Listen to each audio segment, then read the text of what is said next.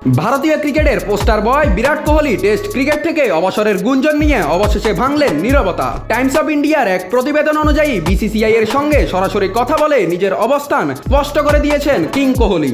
জানা গেছে তিনি টেস্ট ক্যারিয়ারকে আর দীর্ঘ করতে চান না, এমনকি বোর্ডের অনুরোধেও সিদ্ধান্ত থেকে সরে আসেননি তিনি। কিছুদিন আগেই বিসিসিআই এর নির্বাচক অজিত আগরকরকে নিজের অবসরের কথা জানান কোহলি।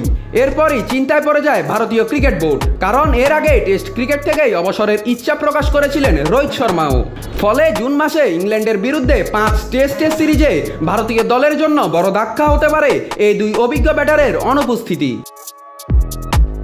বিসিসিআই কর্মকর্তারা কোহলিকে অনুরোধ করেন অন্তত ইংল্যান্ড সিরিজ পর্যন্ত খেলে যেতে, কিন্তু নিজের সিদ্ধান্তে অনড় থেকে কোহলি জানিয়ে দেন তিনি আর টেস্ট ক্রিকেট চালিয়ে যেতে চান না। টেস্টে দীর্ঘদিন ধরে প্রত্যাশা মতো স্কিল না দেখাতে পারায় এমন সিদ্ধান্ত নিয়েছেন বলে মনে করছেন বিশ্লেষকরা। চূড়ান্ত সিদ্ধান্ত হয়তো ঘোষণা করবেন আগামী সপ্তাহেই দল নির্বাচনের আগেই। এখন অপেক্ষা শুধু আনুষ্ঠানিক ঘোষণার।